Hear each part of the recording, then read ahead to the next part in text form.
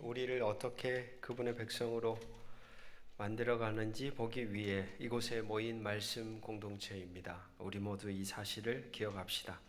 하나님이 여러분과 함께 하시기를. 아멘. 예. 좌우 앞뒤 우리 다시 한번 인사 나누시죠. 오늘도 함께함이 행복합니다.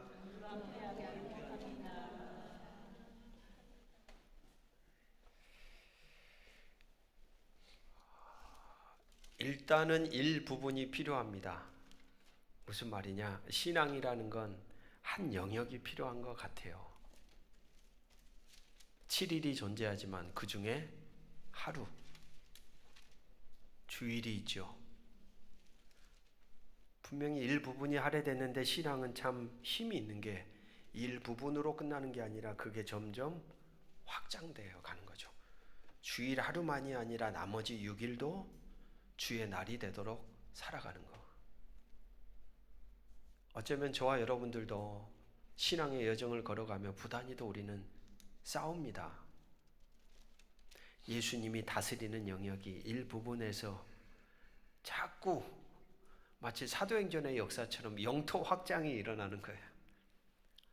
이 지역에서도 저 지역에서도 내 머리에서도 내 마음에서도 내 가정에서도 직장에서도 삶의 자리에서도 언제까지 우리는 싸울까요? 주님이 완전히 도래하시는 때까지. 그때까지는 우리는 긴장을 늦추면 안 돼요. 긴장을 딱 늦추는 순간 그 틈을 통하여서 그동안 우리가 이렇게 확장해서 만들어놨던 주님의 나라라고 하는 내 인생의 존재 흔적이 무너지는 것은 시간 문제입니다.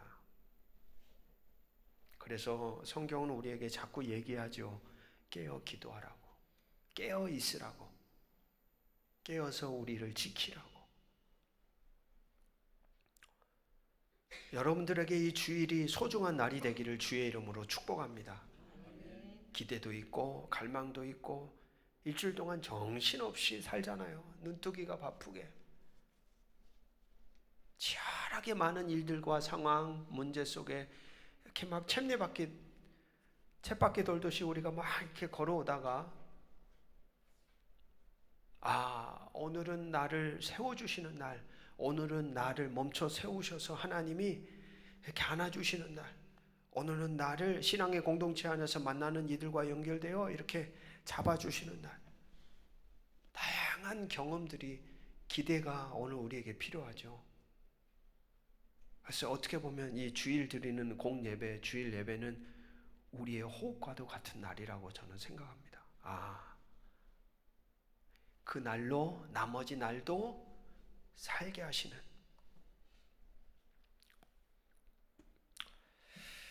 들으시면 웃으실 만한 이야기가 있습니다. 좀 되었던 것 같아요. 건강식을 위해서 저희 집에서 현미를 몽땅 구입을 했죠. 저랑 함께 사는 사람도 현미인데 예, 현미를 구입을 했어요.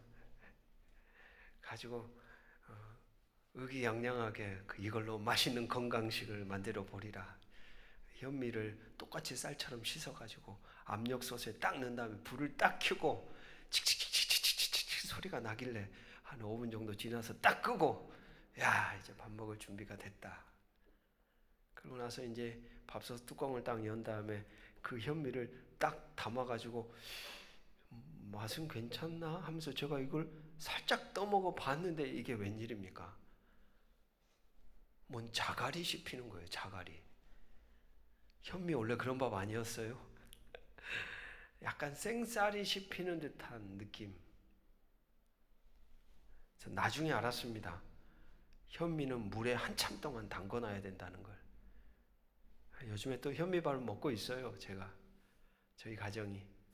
그래서 전날 저녁에 씻어가지고 물을 대야에 이렇게 담아가지고 물 딱 담궈놓고 그 다음날 아침이 되면 그걸 가지고 밥을 하니까 세상에 이렇게 부드러운 현미밥을 왜 그때는 생쌀처럼 먹었을까? 다들 아시는 듯한 표정인데 저만 몰랐다는 듯한 생각이 드네요. 그러면서 문득 스쳐 지나가는 생각이 한 가지 있었습니다. 사람들과의 관계 안에서도 우리가 상대를 제대로 알지 못한 채 이와 같이 대하는 경우들이 많지는 않을까. 분명 현미인데 쌀로 대한 거예요. 분명 쌀인데 현미로 대하는 거예요. 그래 놓고선 어쩌면 우리는 상대를 욕하거나 상대를 헐뜯거나 이상하다느니 성격이 뭐가 낫다느니 왜 저러냐느니. 물론 여러분 그렇죠. 아주 특별한 사람들도 있어요. 성격이 막 뭐가 나신 분들. 피해야겠지요. 하지만 사실 모두 다 이처럼 다른 존재인 사람들을 어쩌면 고정적인 하나의 틀로 정해놓고 바라보고 대하고 소통하고 관계 맺으려고 하는 바로 나의 변하지 않는 마음, 자세, 태도가 한몫하는 것은 아닐까 하는 생각이 전 들었습니다. 늘 내가 생각하는 틀에 집어 넣으려고만 하지 상대가 다른 틀을 가지고 있다고 생각하지는 않다라는 사실이죠. 거기엔 불통이 있고요. 거기에는 상처와 아픔이 있습니다. 거기에 오해가 생겨나고 급기야 거기에서 단절이 일어납니다. 우리 같이 한번 따라해 볼까요? 쌀을 쌀로 대합시다. 한 번 더 따라해 볼까요? 현미를 현미로 대합시다. 이 말을 좀 더 바꿔서 적용해 보면 여러분 사람들이 다 달라요. 다 달라요. 기가 막히게. 쌍둥이들조차도 생긴 건 똑같아도 기질이 다르고 특징이 다르고 마음 씀씀이가 다르고. 근데 우리는 어떻게 보면 사람들을 대할 때 너무 쉽게 대하려고 하는 것 같아요. 아주 섬세해야 되거든요. 그 독특함을 그대로 우리가 알아가려고 해야 하거든요. 부부과의 관계 안에서도 그걸 놓치는 경우에 많은 갈등이 일어납니다. 이 사람이 어떤 특징을 가진 존재인지 좀 더 나아가다 보면 그 사람의 가정 살아왔던 삶의 모습이 오버랩 되면서 그래서 그랬구나. 알면 알수록 제가 늘 말씀드렸죠. 알면 알수록 뭐 할 수 있어요? 사랑할 수 있죠. 알면 알수록.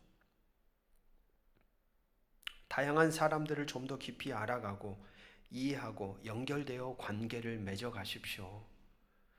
상대의 특징이 무엇인지를 먼저 알아야지, 이해해야지, 그래야지 소통이 되고 공감할 수 있고, 그래야 우리는 주님이 우리에게 명령하신 내 이웃을 내 몸처럼 사랑하라고 하는 사랑을 구현할 수 있습니다. 가만 보면 그것이 하나님 나라 백성들이 이 폭넓은 세상을 품는 다양한 사람들과 관계를 맺는 하나의 존재 방식이라고 저는 생각합니다. 오늘 본문에서도 비슷한 방식으로 존재하는 이 바울이라는 한 사람을 또한 만나게 됩니다. 본문은 바울의 2차 전도 여정 중에 있는 바울을 소개합니다. 아덴이라는 지역에서 실라와 디모데가 자신에게 오기를 기다리면서 우리가 좀 전에 읽었던 것처럼 바울은 그 땅에 가득한 각종 우상들로 인해 격분합니다. 그리고 해당에서는 유대인들과 경건한 사람들 만났고, 그리고 장터에서는 날마다 새로운 사람들을 만나 바울은 변론했다고 기록하고 있습니다. 변론했다는 건 대화를 나눴어요. 주고 받고 만나고 소통하고 토론하고.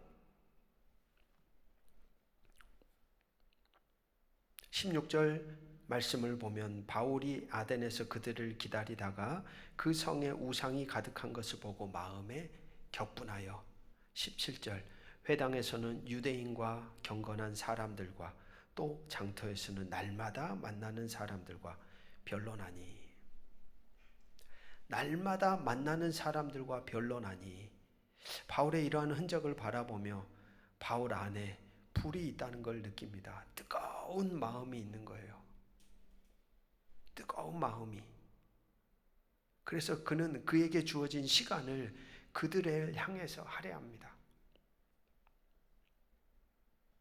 이런 글이 있더라고요. 우리는 시간을 공유하는 사람하고만 의미 있는 관계를 맺을 수 있다.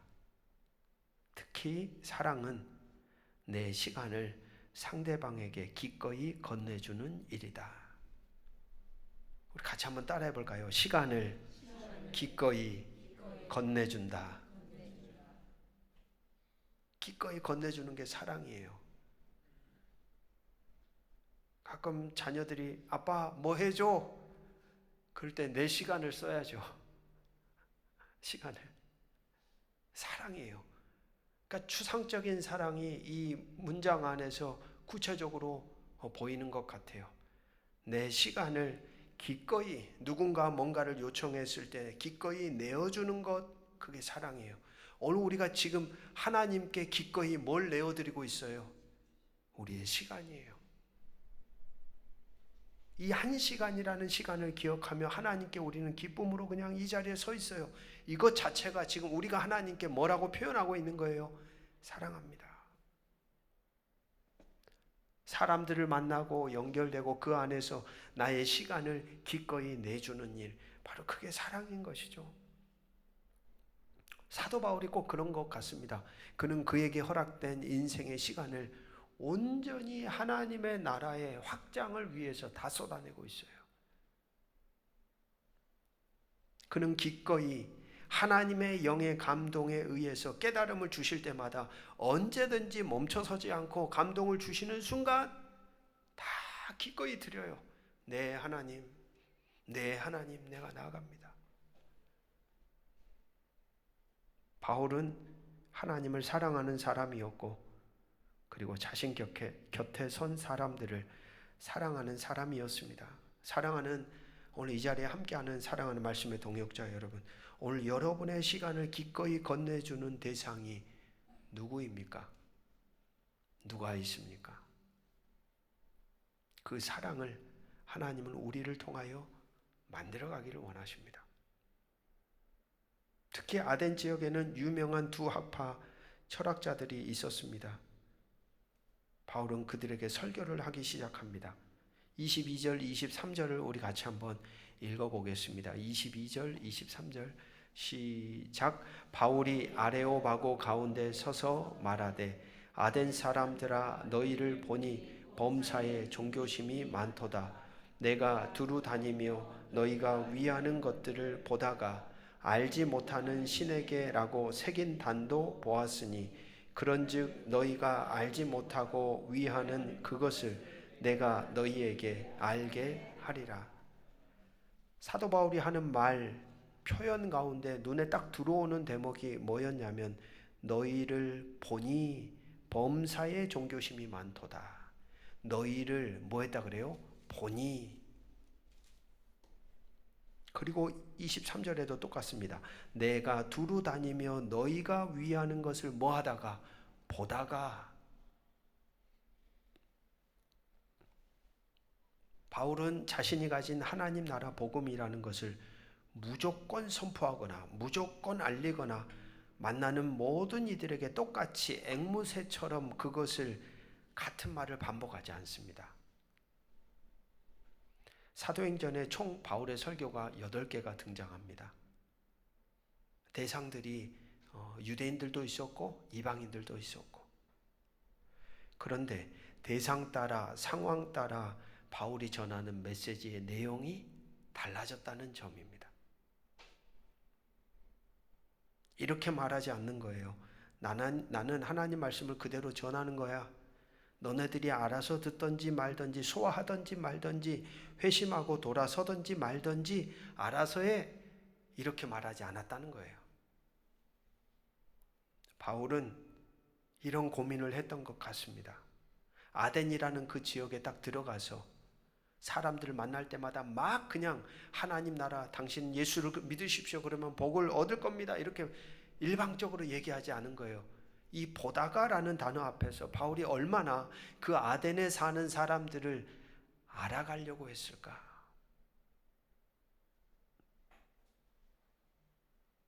어떻게 하면 하나님 나라 복음이 제대로 바르게 그들에게 들려지게 할까?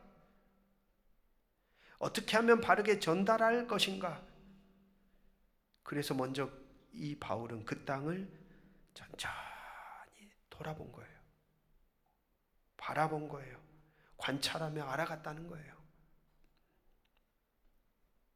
자신 안에 거하시는 하나님을 어떻게 그들의 자리에서 그들의 눈높이에서 잘 전달할까를 그는 고민했던 사람이었습니다. 하나님 나라 복음이라는 것, 그것이 능력이고 권세이고 우리에게 복입니다. 그런데 많은 경우 그 하나님 나라의 복음이 제대로 전달되지 않는 경우가 많죠. 이유가 무엇입니까? 그것은 바로 그 나라의 복음을 전달하는 사람, 전달하는 그릇이 문제인 경우입니다. 정말 좋은 것도 그럴 경우에 제대로 전달이 되지 않습니다. 우리 같이 한번 고백해 봅시다. 내가 그릇입니다. 여러분들의 인생의 그릇이에요. 어떤 그릇에 담아서 하나님을 만난 내 존재의 흔적을 나는 삶으로 보여줄까? 아무리 좋은 것도요, 이 그릇이라고 하는 이 사람 존재됨 자체가 모나고 찌르고 상처 주고 아픔을 주면요, 전달이 되지 않아요.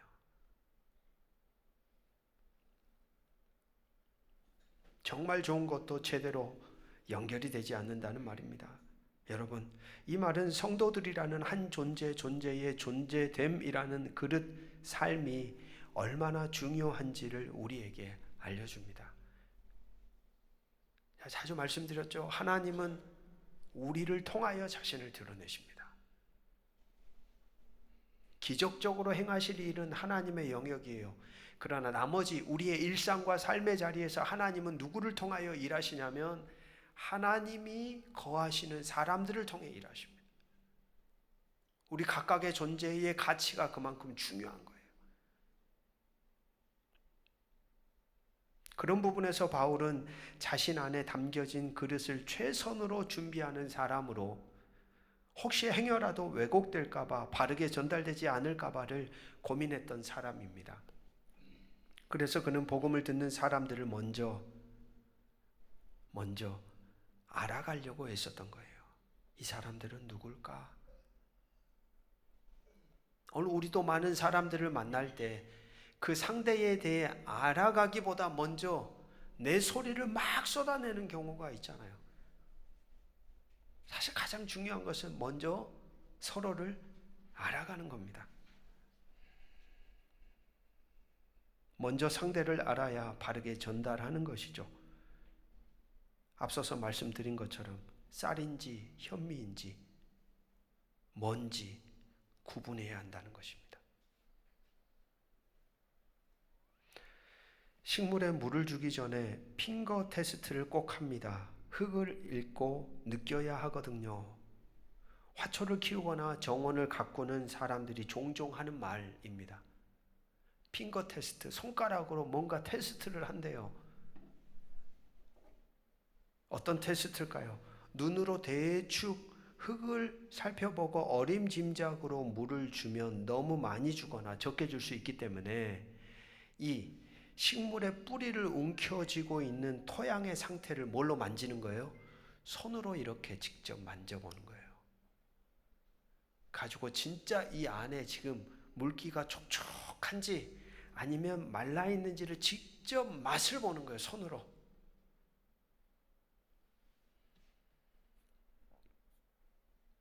이해의 꽃이라는 신경림 씨가 쓴 시에 이런 표현이 있습니다. 이해라는 꽃이 피어나 그 향기가 너에게 닿을 때 비로소 우리의 마음이 서로에게 전달된다.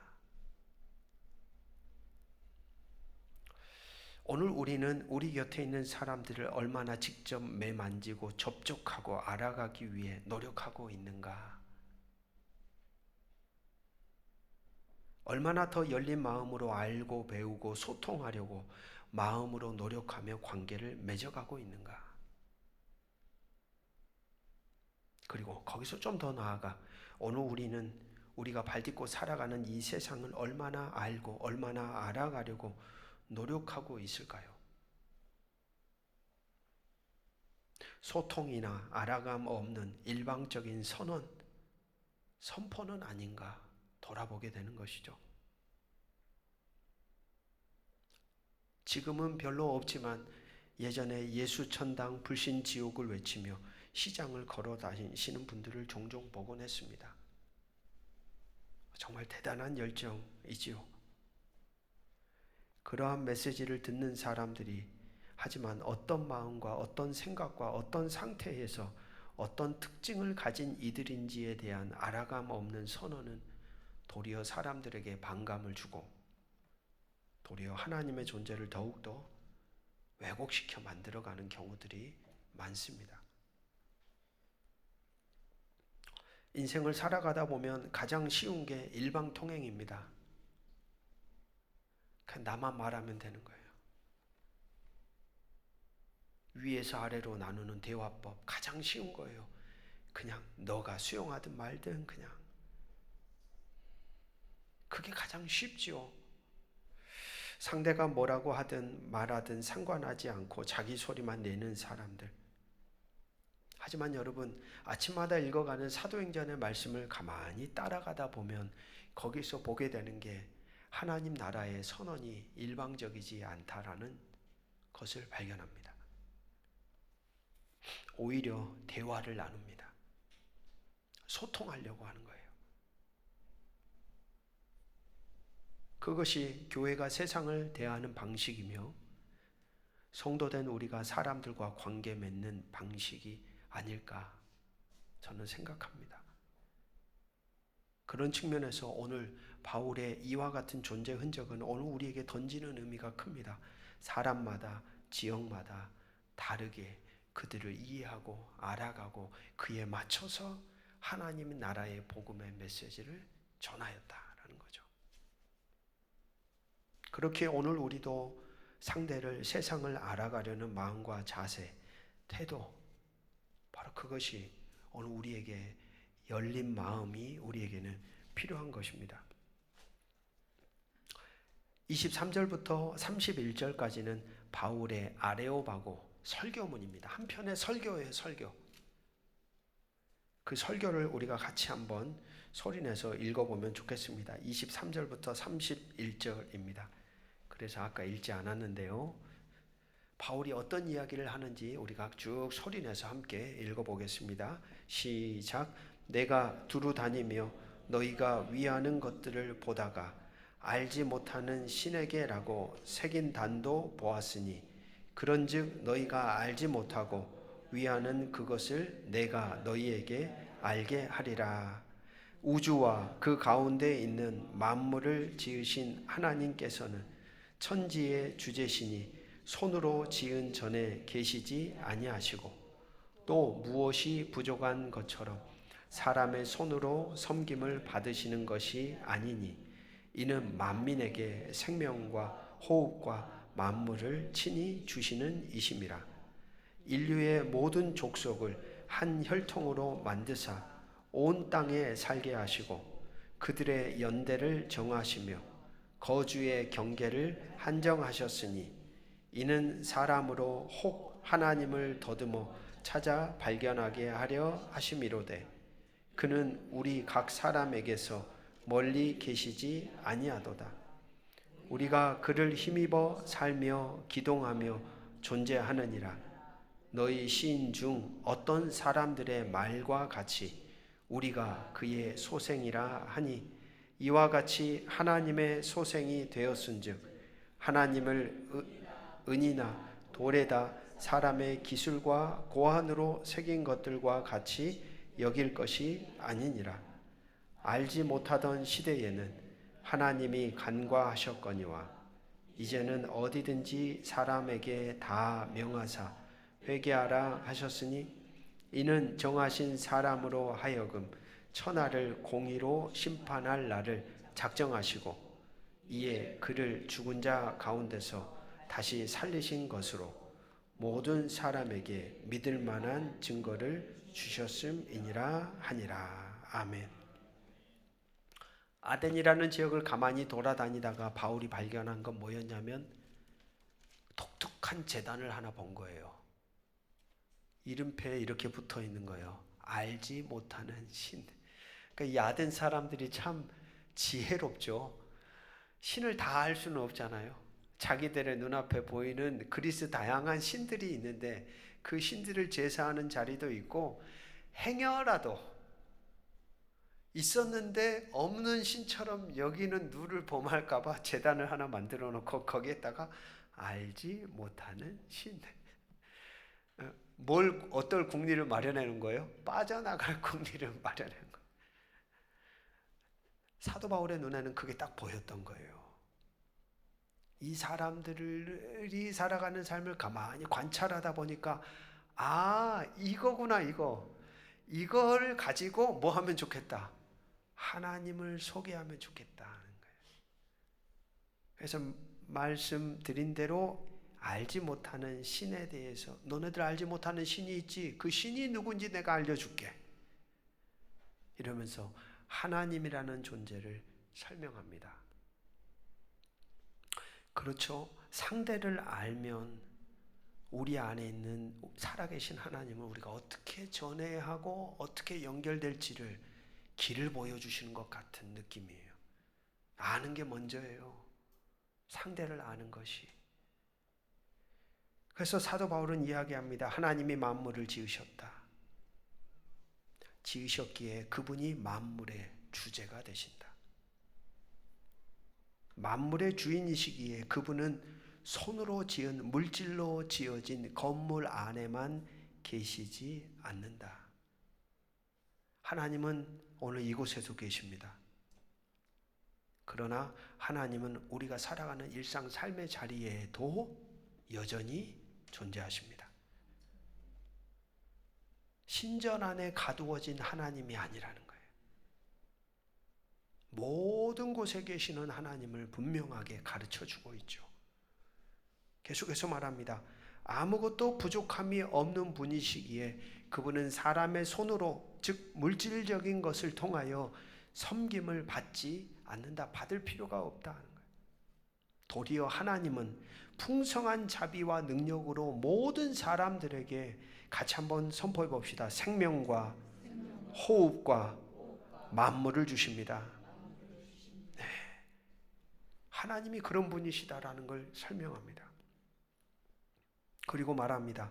그 하나님이 생명의 베푸심을 통하여 인류의 모든 족속을 한 혈통으로 만드셨다. 그러니까 이 당시에 있었던 아덴 사람들은, 헬라인들은 어떤 의식이 있었냐면 나는 다른 민족보다 뭐해? 우월해. 여러분, 민족주의로 인해서 세계는 2번의 세계대전을 겪었죠. 누군가를 짓밟고 자기들은 우월해지고. 근데 사도 바울은 뭔 얘기를 합니까? 모든 사람들은 하나님의 형상을 지닌 존귀한 자들이다. 한 뿌리에서 나왔다. 그러니까 우리 사이에 뭐 할 필요가 없는 거예요. 구분하는 게 의미가 없어요. 누구는 더 우월하다느니 누구는 더 열등하다느니 나누는 것 자체가 사실 의미가 없다. 한 사람으로부터 지으신 전체 인류를 민족들로 나뉘게 하시고 연대를 정하시며 거주의 경계를 하나님이 한정 지으셨다. 하나님은 다스리신다는 거죠. 그리고 각 민족마다 그 나름의 방식으로 하나님을 찾도록 하셨고 그렇기에 사람들은 그분을 더듬어 알아갈 수 있는 분이다. 그렇기에 그분은 사람에게서 같이 한번 따라해 봅시다. 멀리 떨어져 계시지 않습니다. 가까이 계시는 거예요. 이 설교를 듣고 있었던 두 철학 학파 사람들은 신이라는 존재가 자기들로부터 떨어져 있다고 인식했거든요. 상관하지 않는 하나님으로 인식했거든요. 그러나 바울은 말합니다. 멀리 떨어져 계시지 않는다. 그러면서 이야기합니다. 인간은 본질적으로 신을 힘입어 살며 기동하며 존재한다. 그러니까 인간의 삶이란 신에게 의존되어 있다라는 것입니다.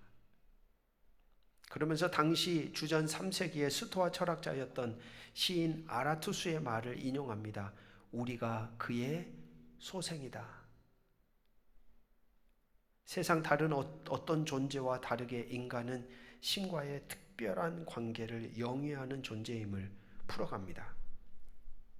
그런 특별한 관계를 영위하는 존재인 사람이 금은 돌로 새겨진 것을 신으로 섬긴다는 것처럼 어리석은 일이 어디 있냐. 그러면서 바울은 두 개의 시대를 구분합니다.